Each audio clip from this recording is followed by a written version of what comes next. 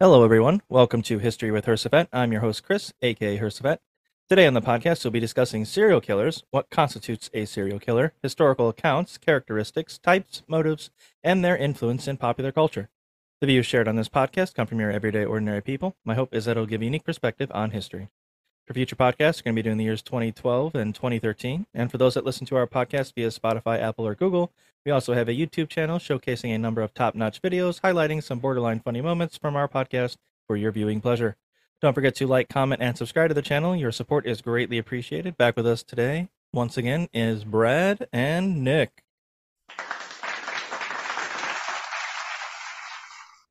Welcome, Yo, guys. Hi. Hello. what's up? Not a lot, not a lot, not a lot. We'll get right into weird news of the week. This one I chose because it's kind of in line with the spooky season. It is from the NPR. You may have heard of them. The title of the article is "Nearly 200 Bodies Recovered from a Colorado Funeral Home Accused of Improper Storage." Uh, where are they hiding them? All right, at least 100 Improper storage. improper They're just storage. like hanging out. Just like put They stuff in them just in closets and like cabinets. right. Yeah. Yeah. They're just all in some shelving. Just Right. Move Brenda out of the way. We got to put those, towels away. All right. At least 109 dead and decaying bodies were recovered from the Return to Nature funeral home in Colorado this week. That's roughly 75 more descendants than police originally believed to be on site when they began investigating the facility this month. Police first searched the funeral home located roughly 30 miles south of Colorado Springs in the town of Penrose on October 3rd after receiving a report of strong odors coming from the building. What they found inside was horrific, according to Fremont County Sheriff Alan Cooper, who declined to go into further detailing during the October 6th press conference on the investigation. According to its website, Return to Nature offers green and natural burial services which allow bodies to decompose underground without the use of metal caskets or chemicals. The it, practice is legal in the state of Colorado, but the law requires bodies that are not embalmed to be refrigerated within 24 hours of death. Fremont County Coroner Randy Keller declined to say whether the remains discovered at Return to Nature were intended for natural burial, but he did note that they were improperly stored. Investigators originally estimated that 2,500 square foot building contained about 115 bodies. But after transporting all remains to the El Paso County Coroner's Office, they've raised that number to 189 individuals, according to a Tuesday update from the Fremont County Sheriff's Office. Total number could rise as the identification process continues, the coroner said.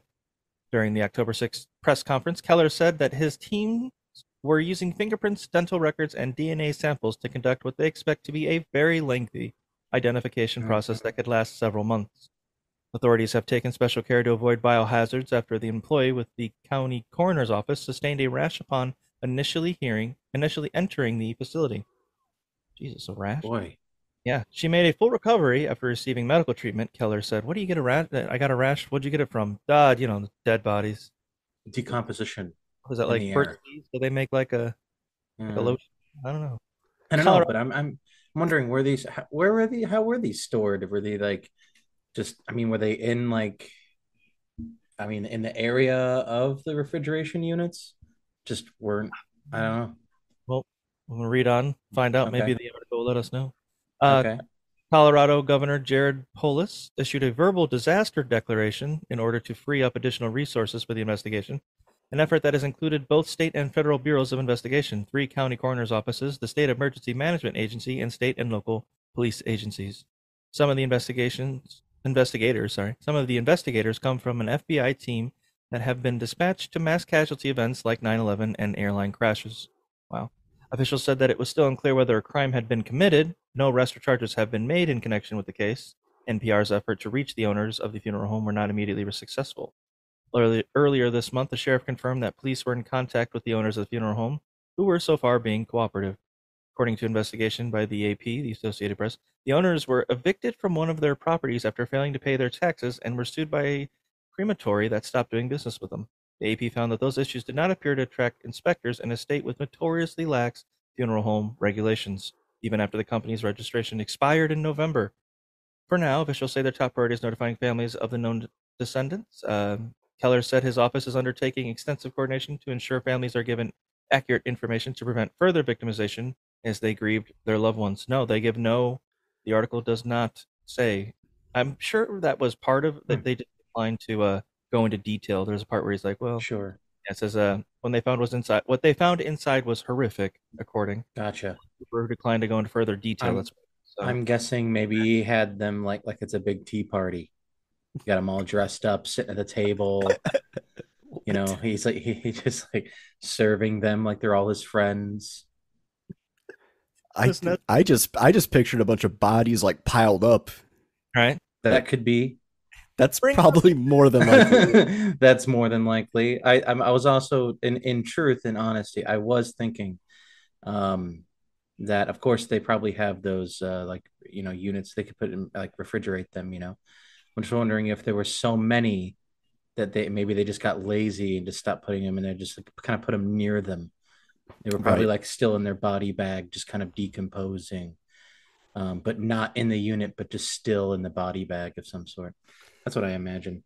Oh, I was thinking no body bag. Just a bunch of naked dead bodies laying all over the That place. could that's whew. I imagine they still had clothes on. Right. I don't know. Yeah, I just imagine like the Monty Python scene of "Bring out your dead Oh, you're right. Yeah. Yeah. I'm not dead yet. wagon. I'm not dead. I'm getting better." Yeah. Yeah. No one's I believing it. feel happy. So Uh, this place was like a natural burial sort of place. I mean, yeah, Right. That's- Return to that's- nature. Yeah. So they just dig a hole and throw the body in and Right. bury it? That's it. Yeah. yeah, without any chemicals or metal caskets. Yeah. So They man, took it too seriously and they were Right. just like, fuck it, just let them decompose where they are.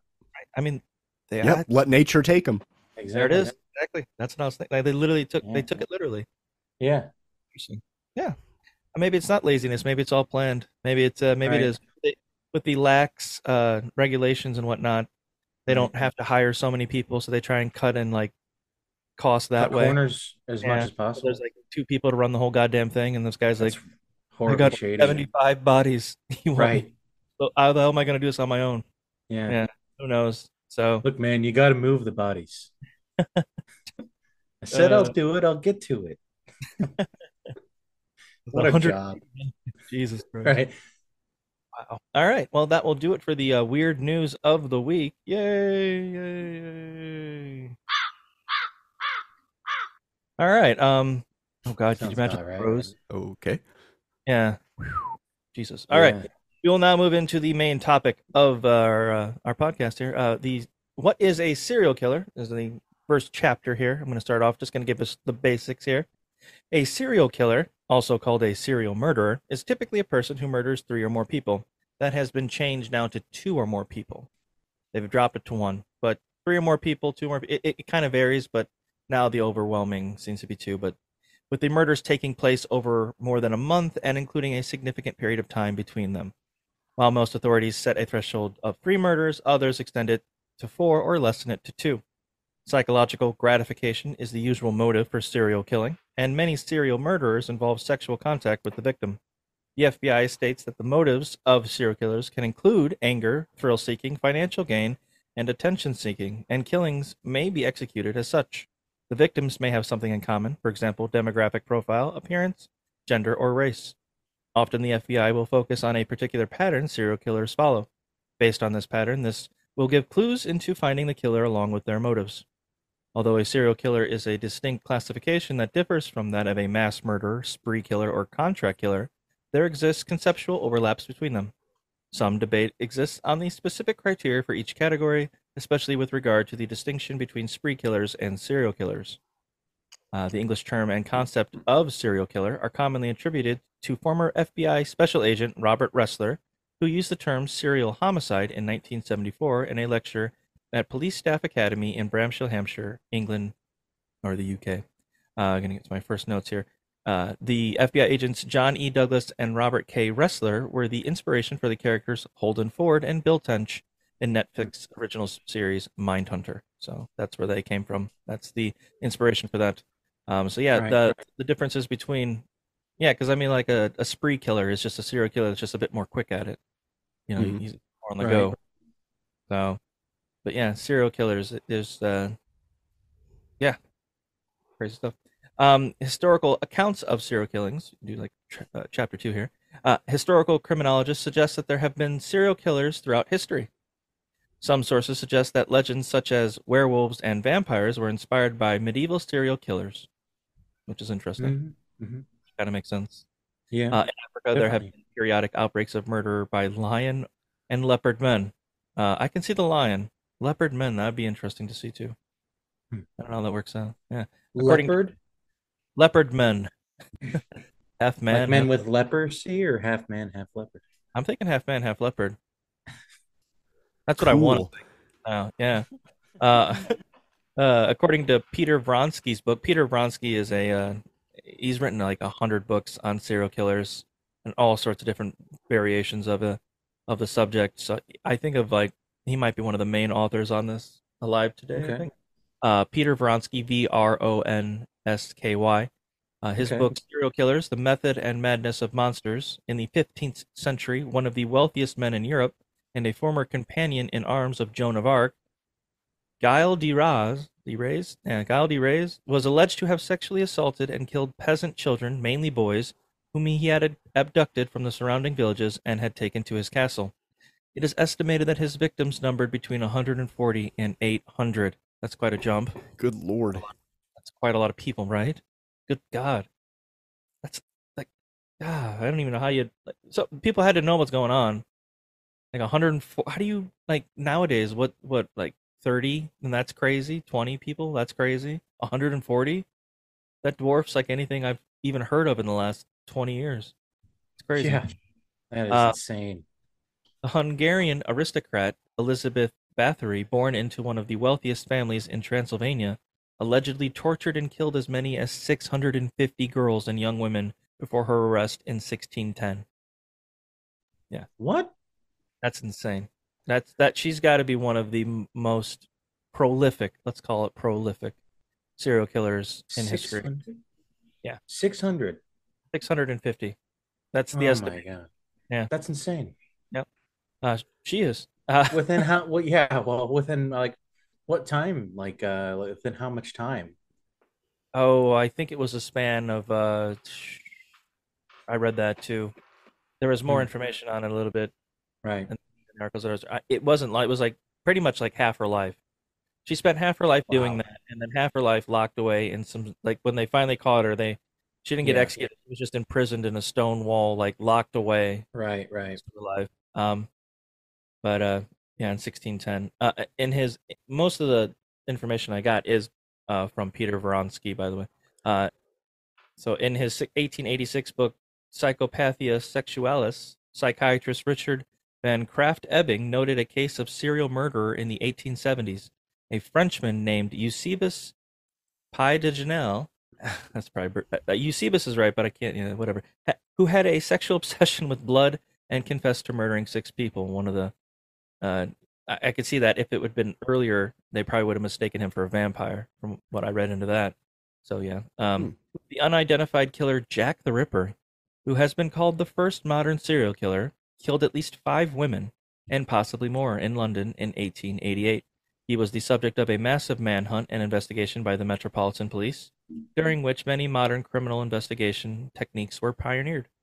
A large team of policemen conducted house-to-house inquiries, forensic material was collected, and suspects were identified and traced. Police surgeon Thomas Bond assembled one of the earliest character profiles of the offender. The Ripper murderers also marked an important watershed in the treatment of crime by journalists. While not the first serial killer in history, Jack the Ripper's case was the first to create a worldwide media frenzy. The dramatic murders of financially destitute women in the midst of the wealth of London focused the media's attention on the plight of the urban poor and gained coverage worldwide. Jack the Ripper has also been called the most infamous serial killer of all time, and his legend has spawned hundreds of theories on his real identity and many works of fiction. There's some. Right. I'm trying to think of some movies that have come out about Jack the Ripper. I think wasn't like a Sherlock Holmes like book written with Jack the Ripper as like the main bad guy, and Sherlock caught him. So I mean, I could see that. I could definitely see that. Right? I can't think of any movies that are about Jack the Ripper. Well, yeah, maybe not necessarily about, but maybe like had influence. I'm not sure. Or inspired by. Yeah. Yeah, inspired by. I don't Well, know. I'm sure there's plenty. Right. Yeah, I can't think of any. Yeah, Jack the Ripper. That was like the first. That was the first serial killer I had ever heard of. I think Right. Yeah, me too. Jack the Ripper. Yeah. Um, H. Holmes was a serial killer in the United States, responsible for the death of at least 9 victims in the early 1890s. Case gained notoriety and wide publicity through possible sensationalized accounts in William Randolph Hearst's newspapers. At the same time in France, Joseph Vacher became known as the French Ripper after killing and mutilating 11 women and children. He was executed in 1898 after confessing to his crimes. The majority of documented serial killers in the 20th century were active in the United States. You guys ever heard of H. Holmes? Yeah. Yes, I have. I actually know a little bit about it. I've watched several documentaries. Um, I know that he would basically it was in the Chicago, like Chicago World Fair. He built this building that he had like several different contractors out because he would hire a bunch of guys, build like a couple stories, right? And then fire them all and then hire more and then build another couple because they didn't want them to realize exactly what he was doing.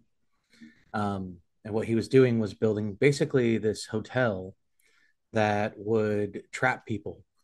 There were like hallways that led to nowhere, doors that led to nowhere, and people would get lost and end up dying to like traps. And what he would do is he would basically dissolve them and keep their bones, and then sell their bones to some people that would buy them, that did them with some scientific stuff, and he would make money, and he would get most of his victims through the World Fair because it was a huge thing back then in like Chicago. And what's really crazy is that he had like this safe and like that was buried like basically underneath the whole big hotel that was several stories tall. And this safe had like one of his first victims locked in it. It's pretty Damn. wild. Yeah. Yeah. He was a snake oil salesman, basically, is what he was. Damn. Yeah. Is his murder castle still standing? Well, that's a good question. I'm not sure. Yeah, look that up. Yeah. Please let it be renovated to like a Chuck E. Cheese or something. Or Dave and Buster's. I don't know. Something. I mean, wouldn't it be so? I mean, obviously he's got some like he's going through a great deal of lengths just to murder people and sell their bones. Yeah. Like, if it's all for money, I'm sure if he just opened up a hotel, he would have made some money. Didn't have to do all that. Yeah. Well, he did. That was part of it. Right? Okay. It was just a giant money-making machine. All right, so Wikipedia says Holmes' hotel was gutted by a fire started by an unknown arsonist shortly after his arrest, but was largely rebuilt and used as a post office until 1938. Good God. Huh. So they rebuilt it and turned it into a post office. Wow. So if you try to go, you try to go send a letter and you get lost or get caught in a trap. Right. No wonder mail never arrives on time. They got like a few posts blocked somewhere. Yeah, right. God. All right. All right. The serial killing phenomenon in the United States was especially prominent from 1970 to 2000, which has been described as the golden age of serial murder. That's a hell of an age. The cause of the spike in serial killings has been attributed to urbanization, which put people in close proximity and offered anonymity.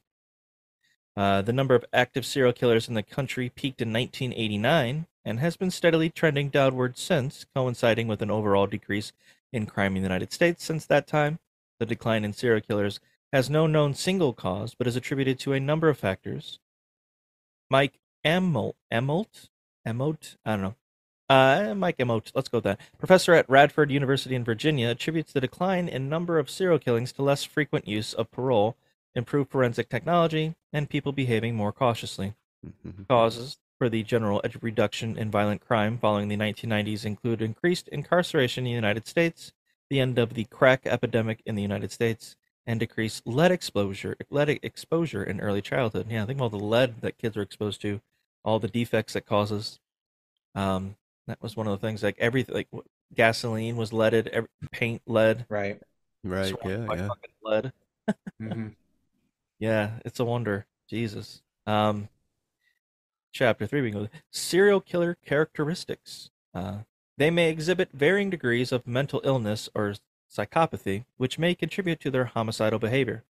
For example, someone who is mentally ill may have psychotic breaks that cause them to believe they are another person or are compelled to murder by other entities. Psychopathic behavior that is consistent with traits common to some serial killers include sensation seeking, a lack of remorse or guilt, impulsivity, the need for control, and predatory behavior. Psychopaths can seem normal and often quite charming. If when I go and I read this, if this kind of sounds like you, if you're listening out there, you might want to go see somebody. Don't feel bad though. It's like, wait a second, he's talking about me. Right. Oh my God, is this me? Like it's a what do you call it? Astrology. Sounds like a Leo, right? Um, they were often emotionally, physically, or sexually by a family member. Serial killers may be more likely to engage in fetishism, partialism, or necrophilia, which are paraphilias that involve a strong tendency to experience the object of erotic interest almost as if it were a physical representation of the symbolized body. Individuals engage in paraphilias, which are organized along a continuum, participating in varying levels of fantasy, perhaps by focusing on body parts, partialism, symbolic objects which serve as physical extensions of the body, fetishism, or the anatomical physicality of the human body, specifically regarding its inner parts and sexual organs. One example being necrophilia. Many are fascinated with fire setting. They are involved in sadistic activity, especially in children who have not reached sexual maturity. This activity may take the form of torturing animals. More than 60%, or simply a large proportion, wet their beds beyond the age of 12. Huh. So Hmm. I didn't. That wasn't me. That. Well, me either. But man, that's like an odd thing Right. Just imagine that. amongst everything else. It sticks out. Wetting your bed after the age of 12. Imagine someone's 13, they Just- piss their yeah. bed, and they're like, shit, we got a serial killer on our hands. Fuck. Right. Oh, Huh. man. Yeah. Or what if it's like if you're 11 and then you turn 12, that's it. That's So it. like for your birthday, you turn 12 and you piss the bed. Everyone gets real concerned. Oh no, kid's like, broken. It's like, I know it was today, but you're actually born at like 2 and it's Right. only 11, so We got 6 hours. You're still in the clear. you're still good. Your bed's not, but that's another story. Yeah. They were frequently bullied or socially isolated as children. For example, Henry Lee Lucas was ridiculed as a child and later cited the mass rejection by his peers as a cause for his hatred of everyone. Kenneth Mhm. Bianchi was teased as a child because he urinated in his pants, suffered twitching, and as a teenager was ignored by his peers. Yeah. Some were involved in petty crimes such as fraud, theft, vandalism, or similar offenses. Yeah. Often they have trouble staying employed and tend to work in menial jobs. The FBI, however, states serial murderers often seem normal, have families, and or a steady job. Other sources state they often come from unstable families. Studies have suggested that serial killers who got caught generally have an average or low average IQ, although they are often described and perceived as possessing IQs in the above average range. A sample of 202 IQs of serial killers who got caught had a median IQ of 89. Some organized serial killers who got caught have a slightly higher IQ score, averaging a little bit over 99. To where disorganized killers average just under 93 in theirs. The average IQ of serial killers who got caught is 94.7. Just for a little Wow. clarification. Okay. Just a little so you get kind of a finer idea of this. Forrest Gump's IQ was 75. That's almost Gump levels. Right. Close. Yeah. I don't know how So between 75 and 80 in terms of intelligence and IQ. I don't know how that all works out, you but say Dexter? Dexter would be the exception. yeah, Dexter would be organized serial killer. Absolutely. Sure, but he'd definitely have higher IQ than 99. Oh yeah. Well, there Yeah. are. Funny you mention that. Right. There are exceptions to these criteria, however. For example, Harold Shipman was a successful professional, a general practitioner working for the NHS. He was considered a pillar of the local community. He even won a professional award for a children's asthma clinic and was interviewed by Grenada Television's World in Action on ITV. Shipman would be convicted in 2000 of murdering 15 patients under his care. Some estimate his total number to be around 250. So yeah, there are exceptions to these criteria. It's Holy not shit. Jesus. one Well, size fits all. Of course, Dexter's not a real serial killer, but it's based in some reality. Right, absolutely. What are you going to say, Brad? it just based on all this criteria, pretty much anybody could be a serial killer or had the potential to be a serial killer. So yeah, pretty much just watch out. Just watch out there. Yeah, if you got somebody, Watch out for everybody. right? Be afraid of everyone. That's what I'm taking away from this. Lock your doors, close your windows, And then you find out board them up. you're the serial killer, Right, and you're locked in with yourself. Yeah.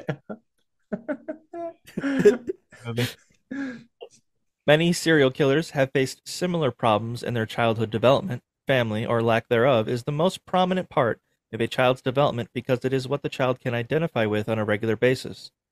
The serial killer is no different from any other individual who is instigated to seek approval from parents, sexual partners, or others. This need for approval is what influences children to attempt to develop social relationships with their family and peers. The quality of their attachments to parents and other members of the family is critical to how these children relate to and value other members of society. So, yeah, basically, yeah, anyone can be a serial killer. A lot of it starts at home, what kind of life they live, what their parents are like.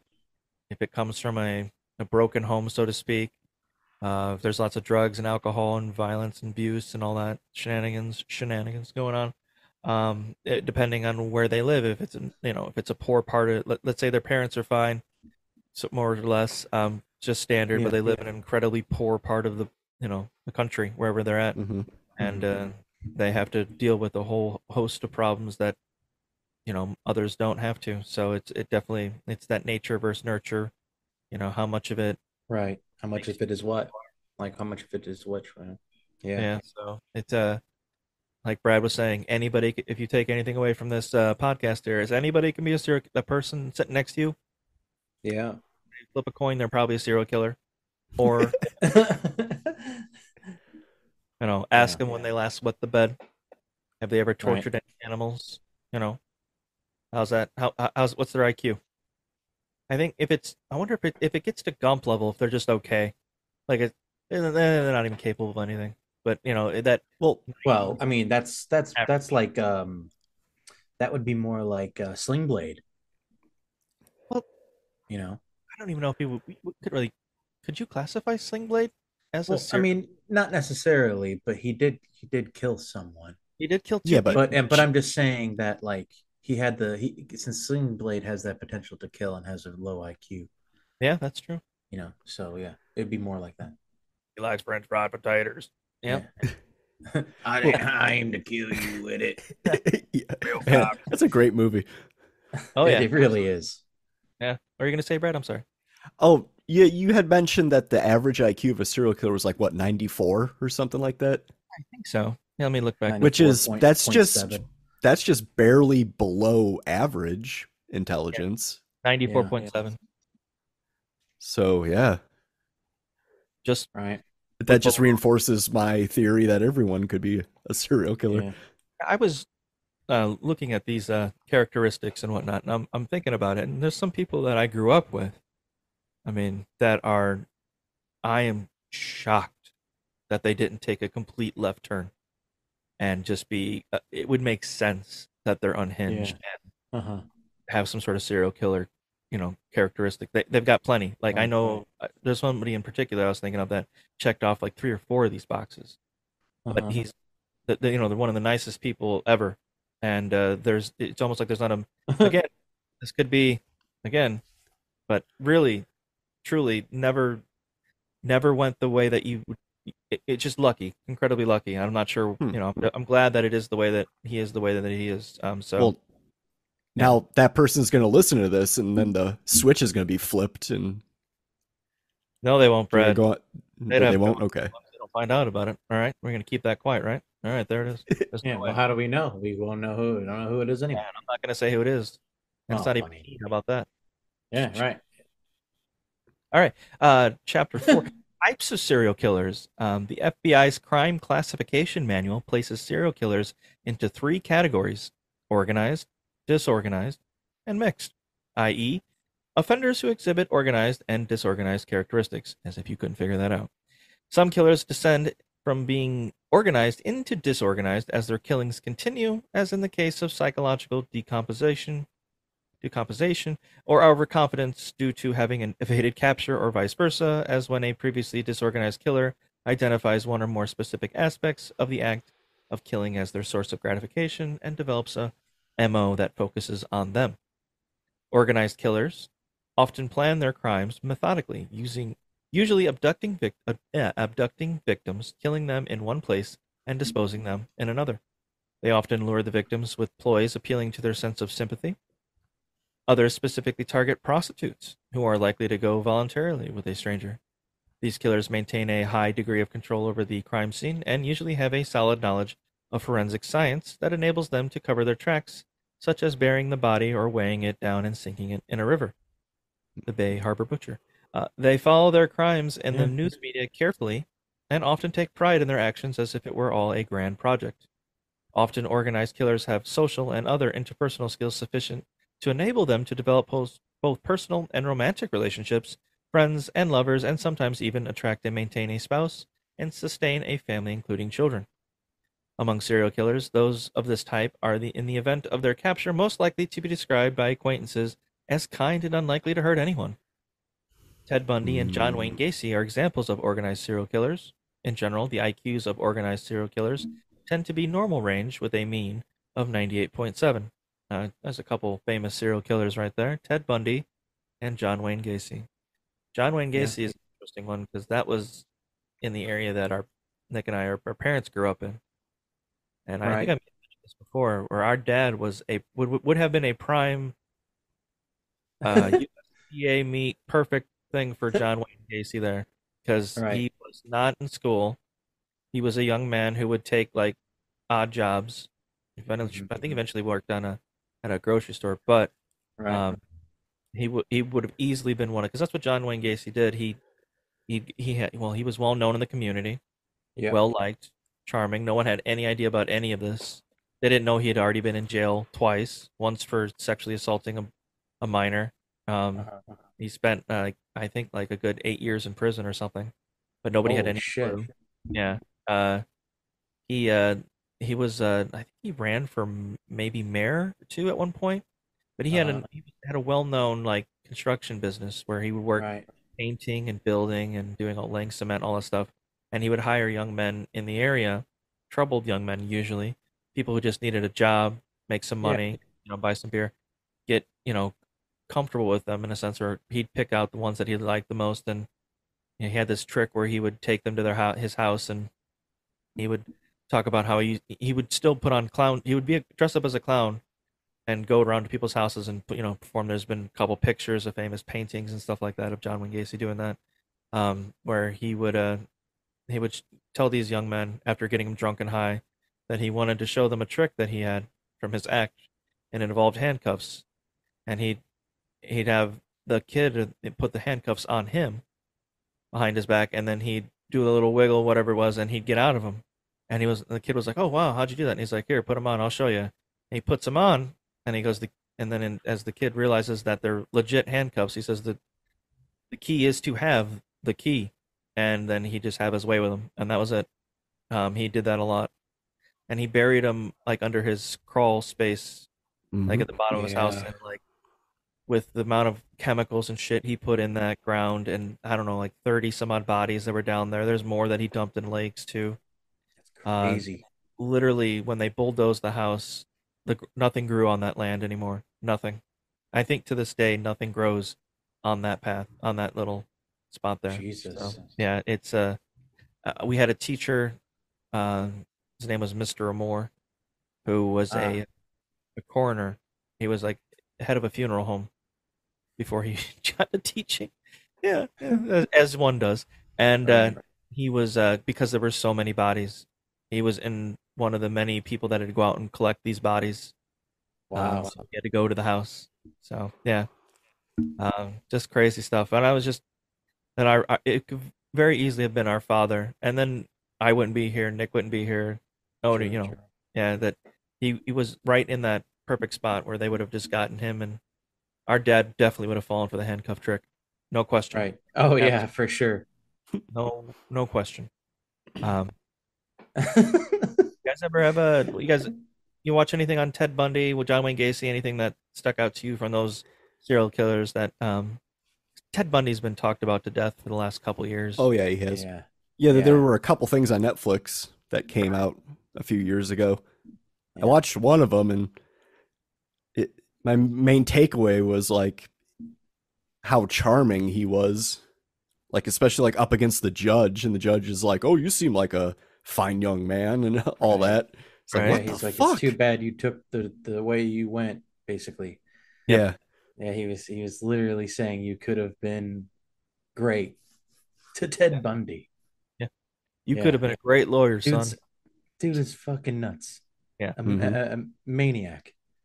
Um, I don't think it's not really too much involved in that. Well, I'm going to say like one of the main reasons why Ted Bundy was able to get away with what he did is no police organizations talked to one another. Back in the day, there wasn't this free flowing Yes. of Right. information.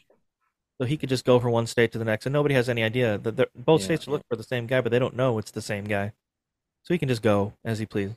And just there's a lot of times he gets pulled over once he's got duct tape, flashlight, rope, like a shovel, like in his back seat of his car, and the cop's like, "All right, have a nice day."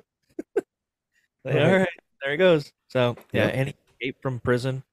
He literally escaped from prison. He Yeah. escaped from like being in like he got taken out of his holding cell, brought into a room, and he opened up the window and just jumped down and Right. ran Right. into the woods and like stayed in a log cabin for a week.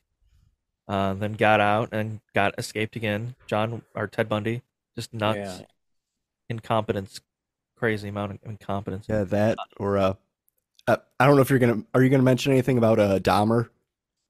No, yeah, it's sort of a free roam in this sort of deal. If you've got Oh, something, because well, yeah, like how Dahmer got away with it because he targeted mostly like gay men, and back then no one gave a shit about gay guys, so the cops didn't even bother doing anything about it really. Right. no, I mean they even found him with like a 14-year-old boy. I don't, I don't think I think it was just a kid, and he said it was his lover, and Right. the cops along because the AIDS virus was going along, Yeah. and they also that it was just considered the gay disease. So they're Right. like, the cops don't even want to deal with it. So like, just take your lover and go inside, and they're just laughing Yep. about it. And that was the last anyone saw of that kid. So Yeah. in general, the IQs of organized serial killers tend to be a normal range with a mean of 98.7. Disorganized serial killers are usually far more impulsive, often committing their murders with a random weapon available at the time, and usually do not attempt to hide the body. They are likely to be unemployed, a loner, or both with very few friends. They often turn out to have a history of mental illness, and their MO or lack thereof is often marked by excessive violence and sometimes necrophilia or sexual violence. Disorganized serial killers have been found to have a lower mean IQ than organized serial killers at 89.4. Mixed serial killers with both organized and disorganized traits have an average IQ of 100.9, but a low sample size. So there's not a lot of them. Makes sense with the disorganized serial killers. Trying to think of a disorganized serial killer would be like the Night Stalker, if I'm not mistaken. I think that's what his name was. He was in like Richard Ramirez was his name, Mm-hmm. and he was like in the 80s too as well. He Oh would yeah, just did he just like go door to door trying to open their door, and if it opened, then he would go in and kill the people? there was really no yeah pretty much. There's no picking out this one, and this one. It's just like, yeah, I'll try that. That doesn't work. All right. And then he just beat the hell out of them with whatever the hell they had in their house.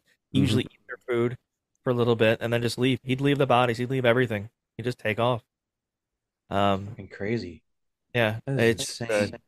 he had he was a loner. He didn't talk to anybody. He didn't know. It just there was rumors of like what his upbringing was like. Being like left in a one of the stories, again, I don't know if it's an actual true thing, but it's a story where he was left in a graveyard overnight because for punishment he was like tied to like a tombstone or something. I don't know. That could be like an exaggeration, but I guess the home life of someone who would do something like this, because his crimes were violent. He didn't give a shit who he attacked the elderly, he attacked middle age, he attacked children, he abducted anybody, and anything didn't matter, man, woman didn't matter, did not matter. Jesus. So yeah, and he went on for a few years. They finally caught him, and there's actually a great documentary on Netflix about it. It's called The Night Stalker. I've seen it a couple times. It's one of the better ones. I'll have to check it out. Yeah, definitely worth checking out. Another thing I'm going to mention here is female serial killers. You know, they don't get a lot of love, I guess. I don't know. They don't get a lot of what do you call it? Attention, I suppose. But female serial killers are rare compared to their male counterparts. Sources suggest that female serial killers represented less than 1 in every 6 known serial murderers in the United States between 1800 and 2004. 64 females from a total of 416 known offenders, or that around 15% of U.S. serial killers have been women, with a collective number of victims between 427 and 612. The authors of Lethal Ladies, Amanda L. Farrell, Robert D. Keppel, and Victoria B. Titterton, I don't know, state that these names. The Justice Department indicated 36 female serial killers have been active over the course of the last century. According to the Journal of Forensic Psychiatry and Psychology, there is evidence that 16% of all serial killers are women.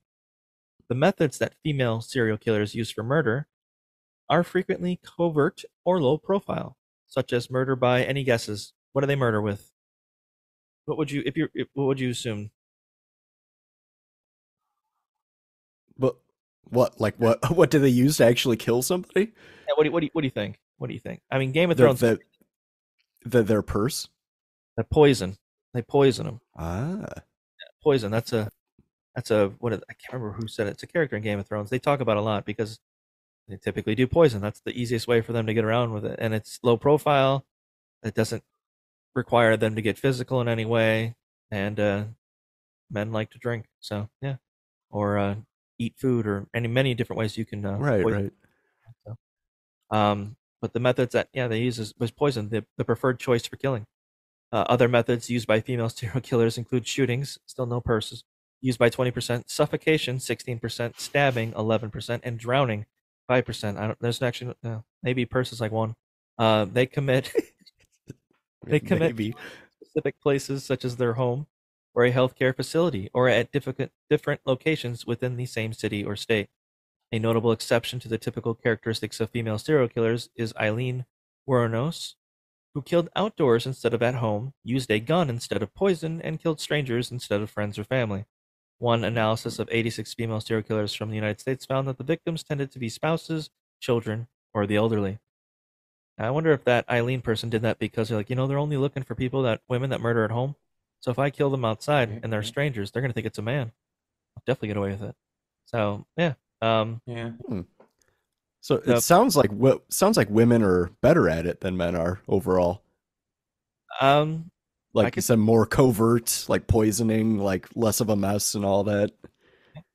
It just died of natural causes. I don't know, officer. And a lot of them too. I mean, like the health field is definitely like it attracts it can attract some unstable people, and the women who are in charge of like nursing jobs, nursing homes.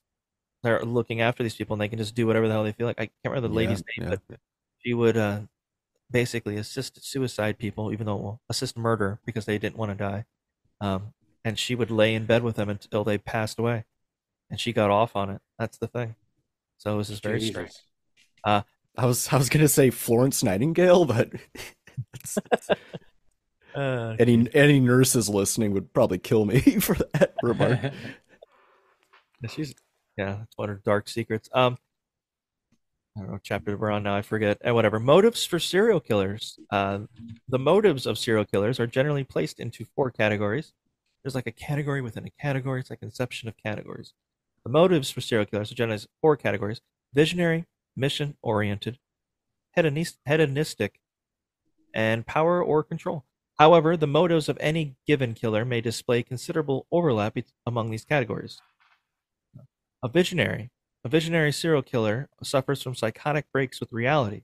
sometimes believing that they are another person or are compelled to murder by entities such as the devil or God. The two most common subgroups are demon mandated and God mandated. Imagine that. Somebody I can think of. Anybody? Can you guys think of anybody who at least comes off the top of your head who would fit into that visionary where they've got people telling them to kill? Psychotic breaks with reality. Thinking the dog is like, or I just gave it away. Son of Sam. The son of Sam thought a dog was talking to him to kill, and it was like possessed by the devil. Sam Berkowitz. And there's also another documentary on that too, where on Netflix, where apparently it's believed now it could possibly be that it wasn't alone. He wasn't alone in doing it. That there were other people helping him. But who knows? Who knows? Mission oriented is another motive. Mission oriented killers typically justify their acts as ridding the world of certain types of people perceived as undesirable, such as the homeless, ex-cons, homosexuals, drug users, prostitutes, or people of different ethnicity or religion. However, they are generally not psychotic. Some see themselves as attempting to change society, often to cure a societal ill. I guess you could fit Dexter under that to an extent, because he feels he's ridden the world of when the criminals fall through the cracks. He takes care of that. Mm-hmm. So that would be like a Batman sort of deal. He's psychotic, not a serial killer. He's just a serial, I don't know, assaulter. His Batman doesn't kill, but he's definitely, he's not normal. It's not normal to do that, people. Right. Hedonistic. This type of serial killer seeks thrills and derives pleasure and satisfaction from killing, seeing people as expendable means to this goal. Forensic psychologists have identified 3 subtypes of hedonistic killer: lust, thrill, and comfort. Lust, I mean, it's pretty much self-explanatory, but I'll run through. But lust is, that sexual craving of somebody, just based on their physical appearance. The thrill of it, that's another hedonistic type, just the whole process. And the comfort, which is when I was talking about where the nurse would lie in the bed with the person as they died. They like that sort of thing. It gives them comfort. And the last one is power control. The main objective for this type of serial killer is to gain and exert power over their victim. Such killers are sometimes abused as children, leaving them with feelings of powerlessness and inadequacy as adults. Many power or control motivated killers sexually abuse their victims, but they differ from hedonistic killers in that rape is not motivated by lust, as it would be with the lust murder, but as simply another form of dominating the victim. Ted Bundy is an example of power control oriented serial killer. He traveled around the United States seeking women to control. And last chapter here we got popular culture. Many movies, books, and documentaries have been created detailing serial killers' lives and crimes. For example, the biographical films Ted Bundy, 2002, and the extremely wicked, shocking, vile, and evil and vile one, Ted Bundy, also another one. There's a shit ton of them. Focus on serial killer Ted Bundy's personal life in college leading up to his execution. And Dahmer tells the story of Jeffrey Dahmer, a Netflix series on the life of Jeffrey Dahmer and his victims that was released in 2022. Serial killers are also portrayed in fictional media, oftentimes as having substantial intelligence and looking for difficult targets, despite the contradiction with the psychological profile of serial killers. And my last note here is, what is your favorite serial killer TV show, movie, or miniseries? Do you have a couple of them? Is there a serial killer that we didn't mention that you found maybe interesting, intriguing, or horrifying? Go ahead. Yeah, go ahead, Brad. You can go first. Oh, my favorite, probably Zodiac, the David Fincher film. Oh yeah, great film. Yeah. Which The Zodiac killer. Oh, go on, sorry. oh no, just the whole his ciphers or whatever the fuck, his coded messages he would send out, and then people would have to figure them out. Like that's like a whole nother level of, I mean, it's high intelligence but also insanity, you know? Oh yeah, Right. for sure. Yeah, And they that's never great. caught him, did they? He was still No. out. He's dead now. There's no way he's still Right. alive. But But in the movie you figure out who it is, and then they let him go. Because they have like what recording of his voice, and at some point he's being interviewed and he talks in that like dark voice and you're just like, holy shit, that's him. But then they can't get him because they don't have anything on him. And then at the very end of the movie, they point the one guy points to the picture. It's like, oh, that's him, and it was him all along. Try not to spoil it. Right. It's fantastic. Yeah. So Uh, good. that scene where Jake Gyllenhaal's down in the basement of that guy's house, and he's like, "Not many homes have basements," and he's Oh looking at yeah. old files, and I'm just like, there is an insane amount of tension in this scene right now, and I'm on the edge of my Just seat. yeah, Oh despite it yeah. being that was like a red herring because that was not him. Right. Right, right, Yeah, absolutely. great movie. Yeah. It was Um, epic. Nick, do you have any ones that stuck out to you? I know you mentioned Dexter. Right. There's Dexter. Um, I can't really think of anything other than like the documentaries. I really liked the Dahmer show that came out recently That that was you yeah. mentioned. That's a great show. Any scene Uh, from that series that stuck out to you, and you're like, God damn, that's insane, or that just yeah, there's one scene that I thought was actually kind of silly. I think it's the first episode when they're sitting on the bed and they're watching like Exorcist like 4 or something. three. Exorcist 3, and Dahmer has a knife and they're just sitting next to each other. And Dahmer looks at his victim and he goes, Am I weird? Like, I just thought that was great. Like, well, yeah, dude, you're fucking weird for sure. Oh, Um, but I oh, just thought, like, what if the guy was just answering, like, you weird? No, come on, I'm the weird one. If anyone's weird, like, come, it's ridiculous. No, but other serial killers, not necessarily a serial killer, but there was this like this murder way back in the day that was I think it was in Los Angeles or outskirts of Los Angeles, Black Dahlia murder. That was what? never found out, and it was really gruesome. And no one ever found out where that person was. They suspect that they probably did uh, more things like this, I'm sure. Let's see. There was Ed Kemper. Yep, Yeah. Ed Uh, Gein. Ed. Yeah. See, I was going to mention Ed Gein is that he was from Wisconsin, right? And he was very similar to Dahmer. This poor guy, Ed Gein. I know it's weird to say the poor guy, but the way that he grew up, as we were talking about earlier, um, I mean, this guy went through some real shit. Do you remember? His Yeah, his mom was super controlling, and he couldn't go anywhere, do anything. Was always stuck in the house, and everything that he experienced growing up was with his mom. So everything from his first this to his first that. You know what I mean? Like everything was with his Mm. mom. It was really screwed up. So when his mom died, his MO was kill women that looked like his mother because he basically hated her for, doing these horrible things to him and ruining his life basically. And he was really fucked up from it, but he would kill women that looked like his mother in an attempt to rebuild her so he could wear her skin and become his mother. Hmm. It's fucking crazy, but that Which was his, was huh? oh, I was just that was the inspiration for Texas Buffalo Chainsaw, Bill. Buffalo Yeah, Bill, Texas Chainsaw Massacre, Norman Bates too, Norman Bates, probably. right? Yeah. So yeah, there's Ed Gein was, I mean, horrific, but also he had like a horrible childhood, man. I mean, horrible. I think that's one of the things. It's the underlining. It's not necessarily like the elephant in the room, but like as I was explaining earlier, the childhood that these people typically have almost all the time is horrific. Hmm. Right. Yeah.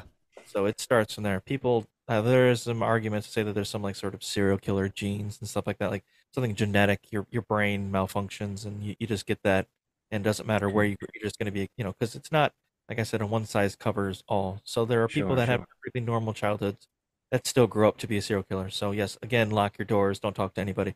But um, the the fact that these most of them have horrific, not just bad, horrific childhoods that it just makes sense that they end up the way that they are.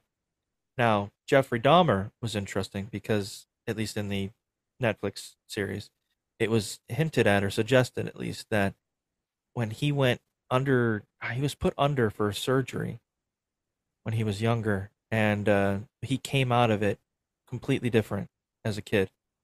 And they believe his parents, his dad especially, I guess, believed that till his son was killed in prison. That the reason that Jeff was the way that he was because of that.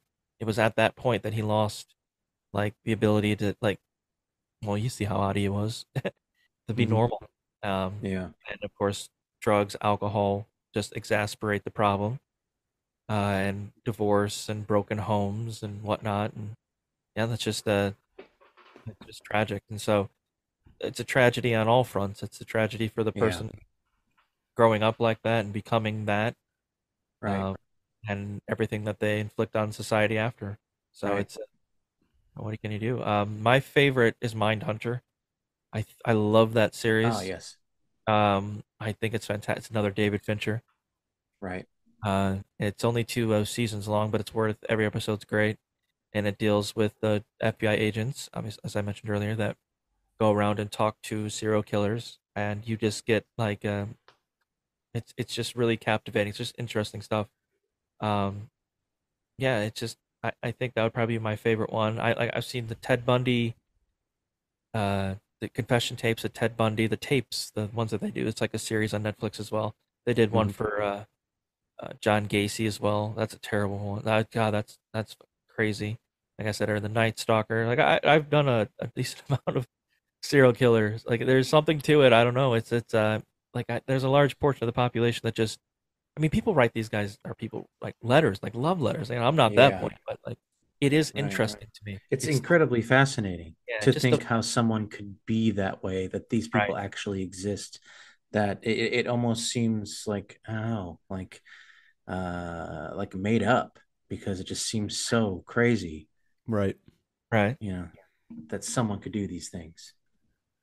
and you understand, how they do it, how they go, then the why they do it, and all that. And Right. Yeah, the motive is always the most interesting part, right? the Because like when I learned about like what Ed Gein's ultimate motive was, like that really just fucking freaked me out.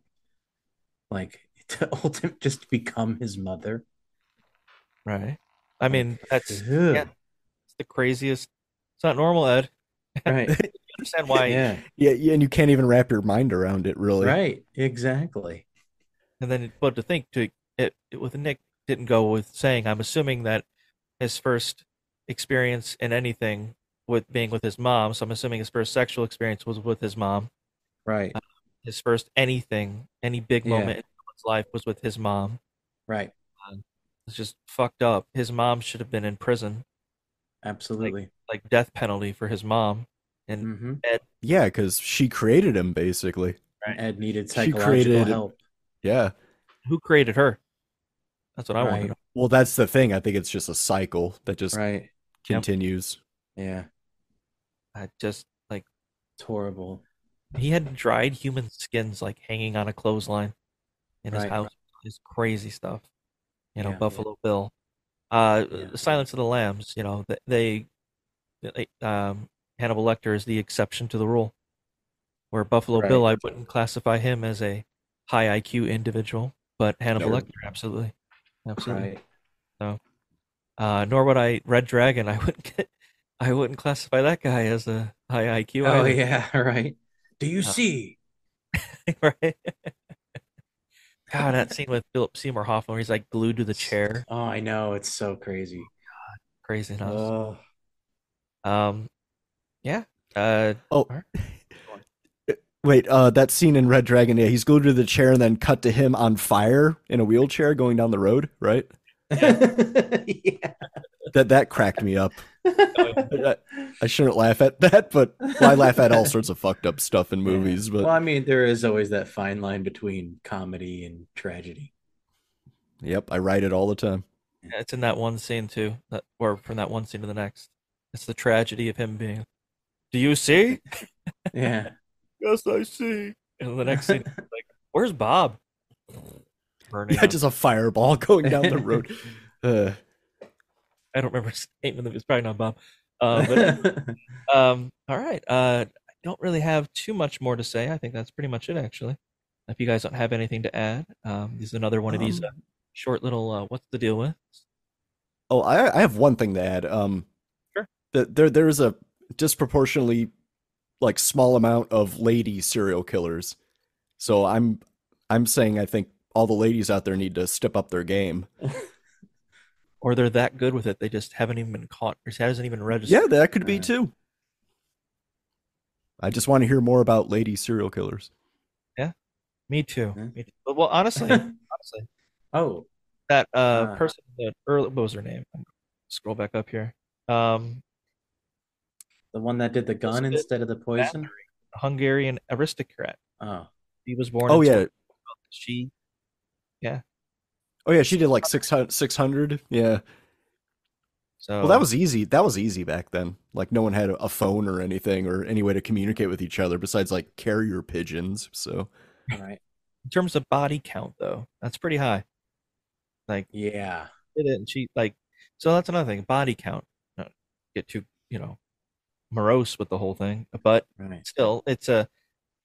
If you think about it in that term, like what was it? Jeffrey Dahmer had like what? How many people? 18, maybe. Yeah. well, okay, yeah. So yeah, she Right. has the high score. Yeah. Yeah, Right. exactly. I mean, Ted Bundy, 40 at most. Maybe a little bit more. So there's 20. one more I wanted to mention though, right before we close this out. Sure. No, go ahead. Um, that I just remembered. Um, do you remember the Golden State Killer? It was pretty recent. Yeah, they Yeah, just caught him recently, right? they just Yeah. caught him recently, and been he killed way back in the day and hadn't killed since. But what's really crazy about this is that Patton Oswalt, the comedian, Mhm. All right. his wife who passed away actually wrote this book on him that actually helped catch him ultimately, That's and right. it's not talked about a lot. A lot of times, the credit is given in other places, but it is certainly due in that sense, you know. And I just wanted to throw that out there. I That forgot about that. You're right. Yeah. yeah, I think he was the most recent one that I could think of up until like 6 months ago, maybe 7 months ago, 8 months. Anyway, somebody out in like the eastern coast, somewhere like New Jersey area, somebody that had murdered a number of prostitutes in the 80s, early 90s, and nobody had any idea who it was, and the case had gone cold. right, Eventually popped back up. I can't remember exactly what happened, but he got caught, and everyone was like, "That's the guy." Holy shit! It was yeah, one of those like perfectly nice guy. Wouldn't have even right. thought about it. Or like kind of about that TV interview popped in my head with that guy. He's getting interviewed, some black guy, about this little white girl ran to his arms because she'd been trapped in this guy's basement. And she's like, I knew something was wrong with a pretty little white girl running to a black man's arms. And he's like, the balls of this. Right. I had dinner. We had grilled. You hear me? And we had ribs and shit. You hear me? Yeah. Ridiculous. It's like I had no idea. Man. Nobody had any idea, and that's just how it is. So lock your doors, lock your windows, Yeah, buy at least another gun, get a right. new ADT security system, get some Ring Yeah. cameras, Don't talk to spotlights. anybody. Don't talk to anybody. Don't even trust yourself. Don't trust yourself. Yeah. Um, hide your kids, hide your wife, Yeah, and hide your husband. and hide the husband for sure. Yeah. All right. And with that, I hope you enjoyed listening to our conversation and will join us again for another installment of History with Hersefat. Don't forget to hydrate, exercise, and to like and subscribe to the podcast. All these things are essential for your health and well being. Take care of yourselves and each other.